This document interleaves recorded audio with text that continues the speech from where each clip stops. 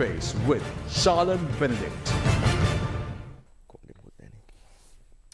A very good evening and welcome back to another edition of Face to Face. Joining us today is the former chairman of the Valigama Municipal Urban Council and the current organizer of the Valigama for the Samagi Janbalavegya, Rehan Jayawickreme. A very good evening, Rehan, and welcome to the show. Good evening. Rehan, you've of course been very vocal against the United National Party, your former party, and the things that have been happening right now in Sri Lanka. So the big question on everyone's mind is, will elections be held next year? I know the president has given assurances. I know many people are gearing up for elections. We see a bit of racism starting to spread. So that's, well, another indication that elections are coming by. But in your opinion, do you really think that next year is going to be election year? First of all, thank you very much for having me on your new show, and all the best to the new show. That's a very tricky question, because we were supposed to go into election last year. This year? Last year was when it was all supposed to be planned for this year. Right. And even though that did happen, and when the plans were set and everything was set for election, the ballot papers were being printed, the government did a very dangerous move of unceremoniously delaying tactics to cancel elections. And that's the fundamental flaw in which a country shouldn't operate.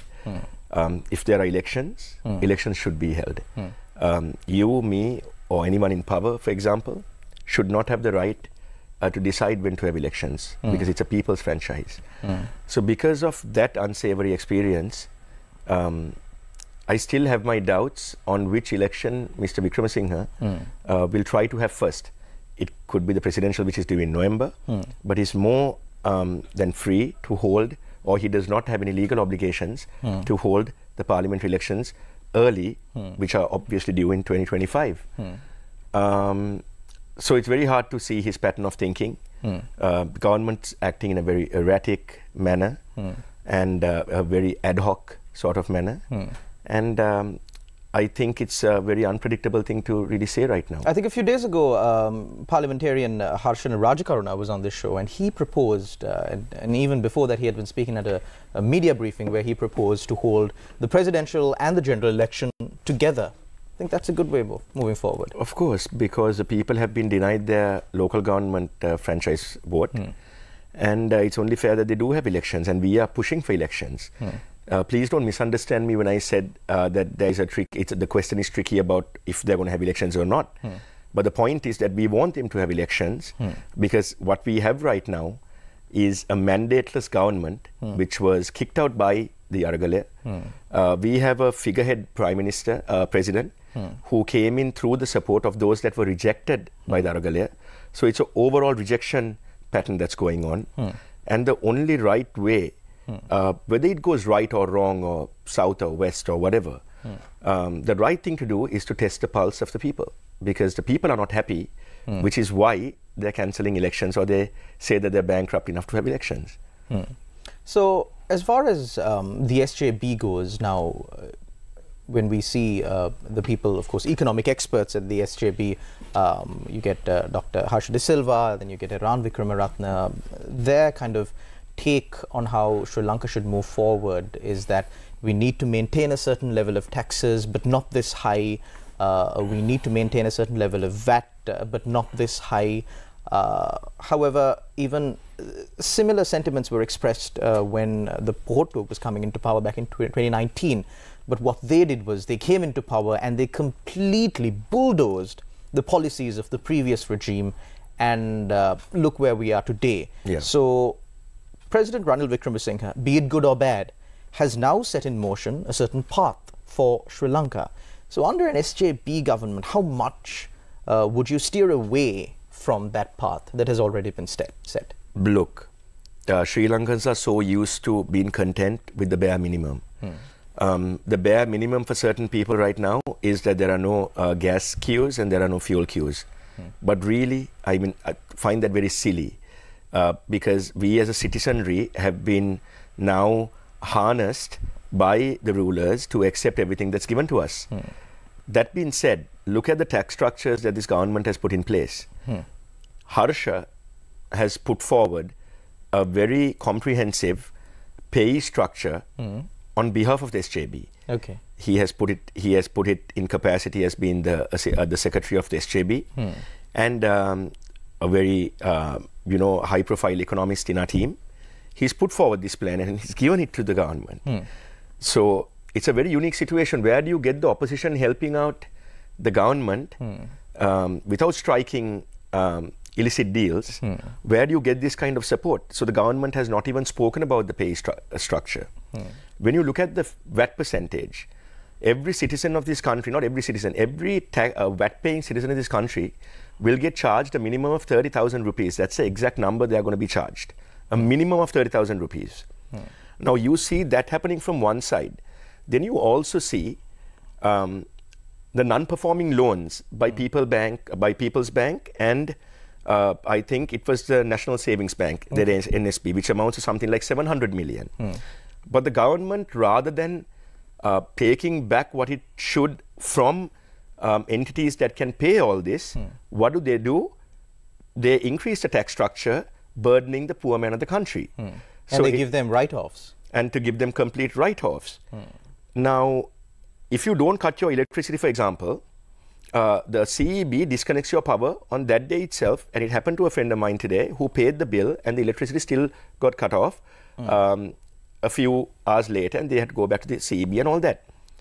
But while the government is so enthusiastic about really, really making the people suffer and getting things out of them, are they showing the same interest when it comes to non-performing loans or writing off loans?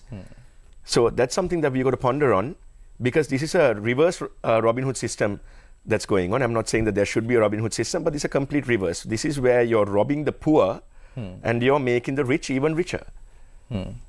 So, Rehan, now you are, of course, a young politician. You are not among the top seniors, of course, at the SJB. And one thing that I've noticed, at least with Sri Lanka Podujana Peramuna, young members also, when they come on the show, most of them have now broken away from the SLPP and are a part of the Uttar Lanka Sabagaya or the Helicopter Party, or whichever that faction. What they say is that, we continue to tell this government, their government, that the path that they're taking is wrong and we need to steer away from this and do the right thing. But the government never listened.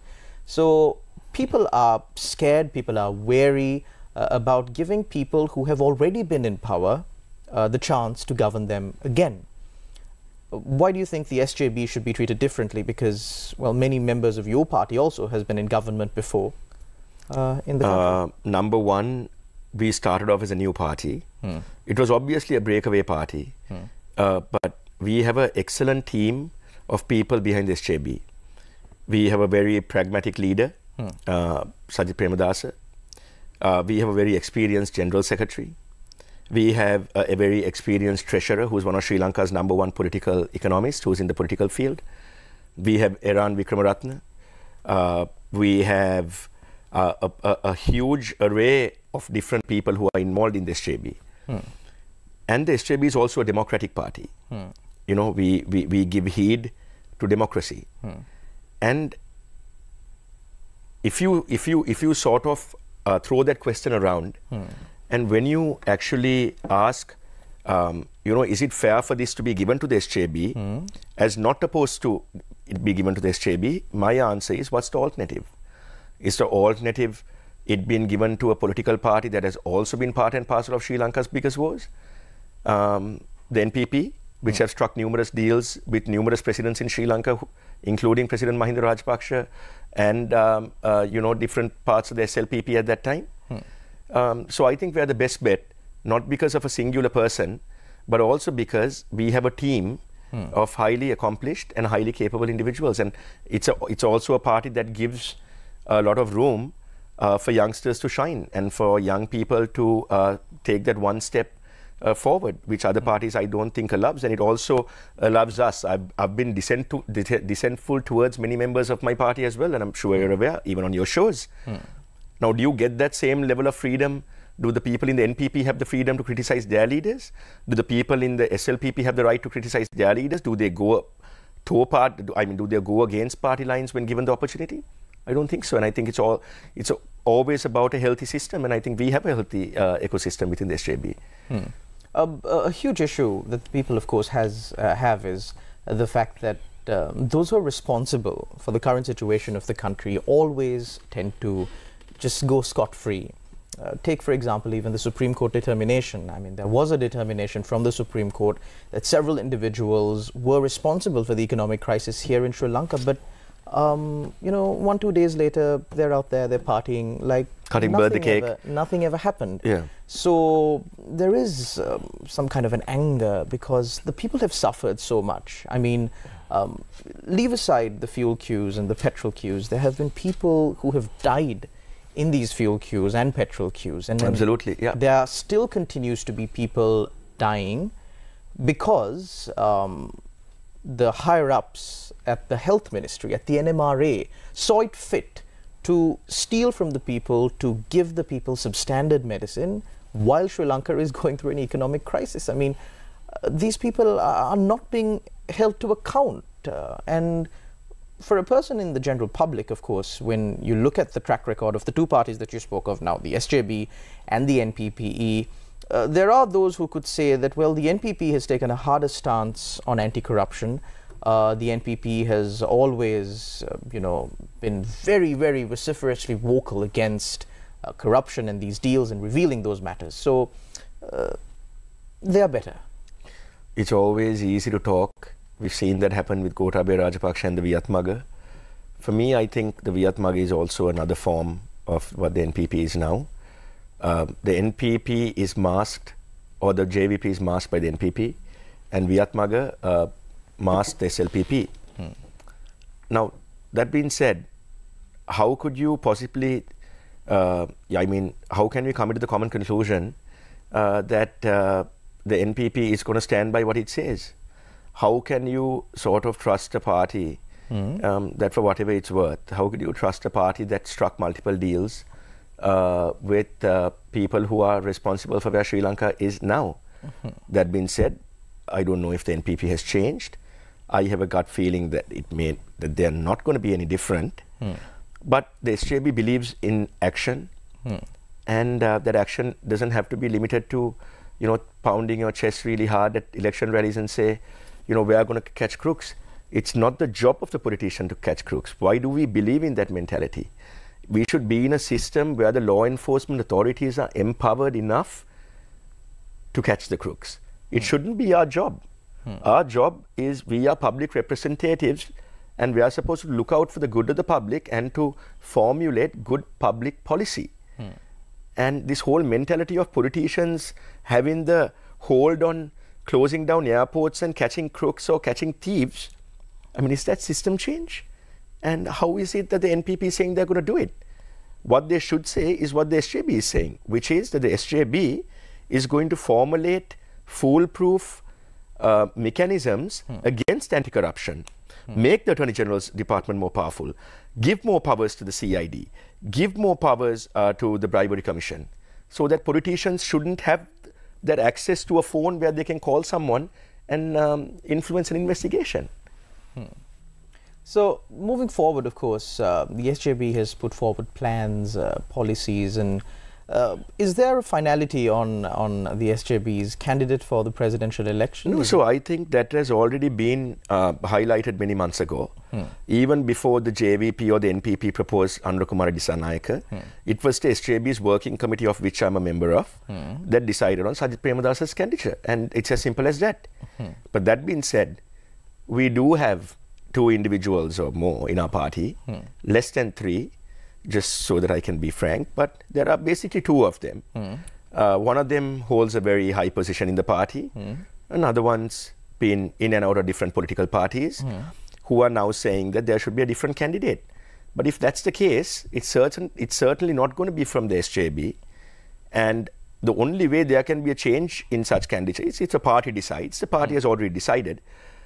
So a message I would like to, you know, frankly give the 2 factions who are, you know, battling it out, is that if they are not willing to toe in party lines, if they are not going to accept the decision of the fact that Sajith Premadasa is our presidential candidate, they should move out from the party. It's as simple as that. I don't want to character assassinate them and, mention them by their names. I think I'm much more civil than that. But I basically think that, they should decide whether they're going to stay in this party and be with the leadership, or if they're going to leave. And if they're going to leave, let them leave. With regard to forming alliances, of course, we know that that's usually how a lot of parties have come into power. Besides, of course, the SLPP that won an outright 2/3 majority in Parliament at the previous election. So, is the SJB open to form alliances with several other parties? With like-minded individuals, but I have certain reservations about certain people that we should have alliances with and who we shouldn't. But that again is my personal opinion. I've already told the party leader about my stance regarding that. I don't need to make it public. I've given him a few names that I don't think would be suitable for us. But at the end of the day, I believe in collective decision making. And if the party collectively decides that we are going to go into an alliance, I guess that's just going to be how it is. So will that alliance be unconditional, conditional? Yeah, for example, I've mentioned the names of Vimal Veeravansa. I've mentioned the names of Udaya Gammampila, Rohit Abegunawardena. Mentioned a few names like that to the party leadership. I can't obviously go through the whole list right now. But as a party member, I've aired my grievances. And if the party takes a collective decision, like I said, I will, don't know if I'll accept it, but yeah, let's see. Rehan, there is a voice from the general public, of course, that has been having a little bit of political overtune, saying 225 need to go. Yeah. The 225 in Parliament need to go. But that would mean that Sri Lanka has to choose brand new 225 parliamentarians. Do you think that is possible, at least? I mean, everything in life, you've got to be logical. Can't be logical. You can't think that you want something that cannot be achieved. That 225, whether we like it or not, is in Sri Lanka's system of governance. Whether Sri Lanka changes that and brings that back to 125 or 120, or changes the electoral system and has 152 or each MP for electorate, that's a different story. But we are in a system, and we've got to move along that system at the moment. And there needs to be governance. And, Sri Lanka has this funny knack of, Sri Lankans have this funny knack of saying, oh, we don't care who comes into power. It doesn't really matter to us. I think it's a joke, because everything starting from the toothbrush that you buy when you're brushing your teeth, to the toothpaste that you use, to the flour that you buy from your baker, to the medicine that you buy, everything is based on political decisions which directly influence the economy. So I think it's silly to say that, we don't need politics. Of course we need politics. We need politics the same way we need doctors, engineers, pilots. It's something that we need. It's something that makes the world run. Unless, of course, you declare Sri Lanka into a dictatorship and you get one man like you get now, who would love Sri Lanka to be a dictatorship. But yeah, I think we got to move along with the system, and we shouldn't insinuate things that we cannot achieve. So 225 being replaced is something unachievable.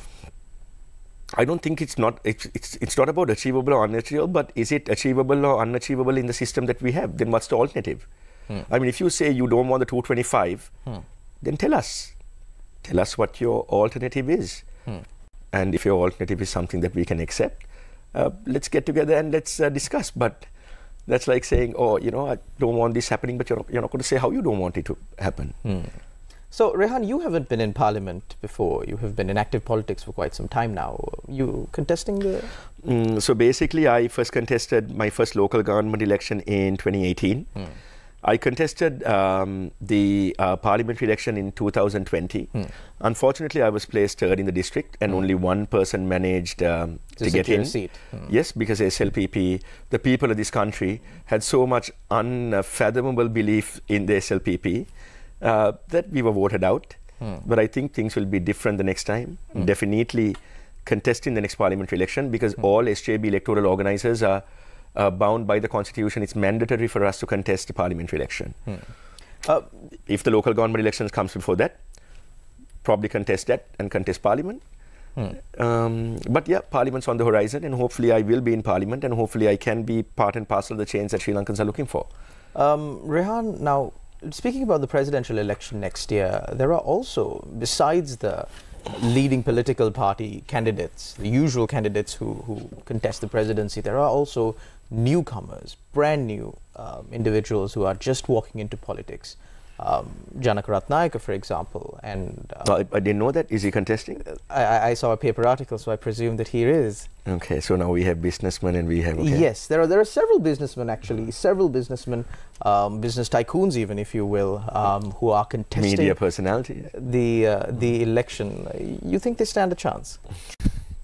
That's for the people of this country to decide, and if they think that they're doers, good for them. Might as well land ourselves in another rotting hole for another 200 years. So,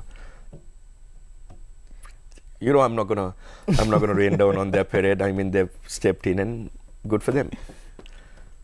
So, speaking on they too are coming forward, of course, with new teams, young teams. How is the SJB different from them? We're an established political party with a lot of good people.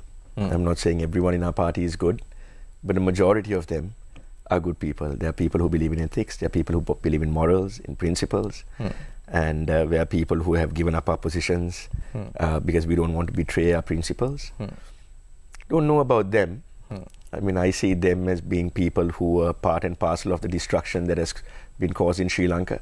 But like I said, Sean, if they want to do it, let them do it. If they win, so be it. I wish them luck, and I wish them all the best for the upcoming election runs, whoever it may be. Rehan, we're in the final few minutes of the show. I'd like to just question you on this. When a government comes into power, there is always, of course, collective responsibility. But one thing that we've continuously seen is the lack of accountability. So when a party comes into power, the members of that party, especially the senior members of those parties, are free to do what they wish. There is no accountability. They may make mistakes. They may be involved in some of the most corrupt deals and still not even get a pat on the wrist. They will be removed from their ministerial portfolios, but they will be given another ministry. Now, this is a situation that Sri Lanka has seen time and time again. Would the SJB government be any different? Sajith Premadasa, the party leader, may not say this as often as people would like him to, but I can promise you one thing. Under a future SJB government, it's not going to be us who catches the crooks, but we are going to strengthen law enforcement levels to an extent where no Sri Lankan is ever going to be able to meddle in politics again. And if there's a crook or if there's a thief, even if that person is a politician, it doesn't really matter. You can be a politician, you can be a high-level police officer, you can be someone in the judicial service, anyone for that matter. If anyone is caught in corruption, we are going to create a system where the system is going to be the ones that are going to be playing judge and jury, where it's not going to be the politicians, because you know what's our job in catching crooks? Who are we? Who are we in the justice system? We're only legislators. So, Rehan, this all sounds very great when you hear it, when you listen to it. But is this going to come in your policy statement, in your manifesto, come an election? I would be really happy if it doesn't come in a manifesto and we still do it anyway, because Sri Lankan manifestos are so full of rubbish that, I mean... So you're speaking about previous manifestos put forward by your party as well? No, our party only stood for the presidential election once and a general election once. So you never got the mandate? We didn't get the mandate, but if you look at all the other manifestos from Mahinda Rajapaksha's government to Gotabaya Rajapaksha's manifesto, I mean, you'll see manifestos are non-binding. Really wouldn't want to swear, but just documents that are worth their place in the bin, rather than, it has to be action. People are not going to believe in manifestos anymore. It has to be accountable for the things that we say and the things that we do. It's the only way forward. So, Rehan, now speaking about Sri Lanka's public sector and Sri Lanka's state-owned assets, there's a huge privatization drive that is going on. There is, downsizing of the public sector. On these key policy issues, does the SJP have any sort of an understanding that we won't deviate too far away from this so that it'll become unsustainable, because Sri Lanka is already on a certain path and entered into a certain deal with the IMF, who are supporting us to get out of bankruptcy right now? it's very clear that the SJB's policy on SOEs is really quite simple. We have diverse opinions about this, but a majority of us feel that the state should not be involved in business, that we should just be running things. But there's also regulating things. But there's also a section of the party which thinks that high-performing SOEs, like for example Sevanagala or Palawata Sugar, should be under the control of the government. That's again debatable, but I think companies like Sri Lankan Airlines, the CEB, the National Transport Board, I think all these things that the government is holding on to has to be given to private entities, because that, for one, is what I believe in. And I know that there are a majority of the people, I'm not going to really land myself in trouble saying majority, but there's a big section of our party that believes that the state should not be doing business, and business should be run by individuals who are well versed in doing business. Well, thank you very much, Rehan Jayawickreme, former chairman of the Veligam Urban Council and current chief organizer for the SJB for Veligam, for joining us on our program today, and of course making these statements to the general public, clarifying your party's position at the upcoming election. Of course, we will have to wait and see. Nothing is set in stone yet.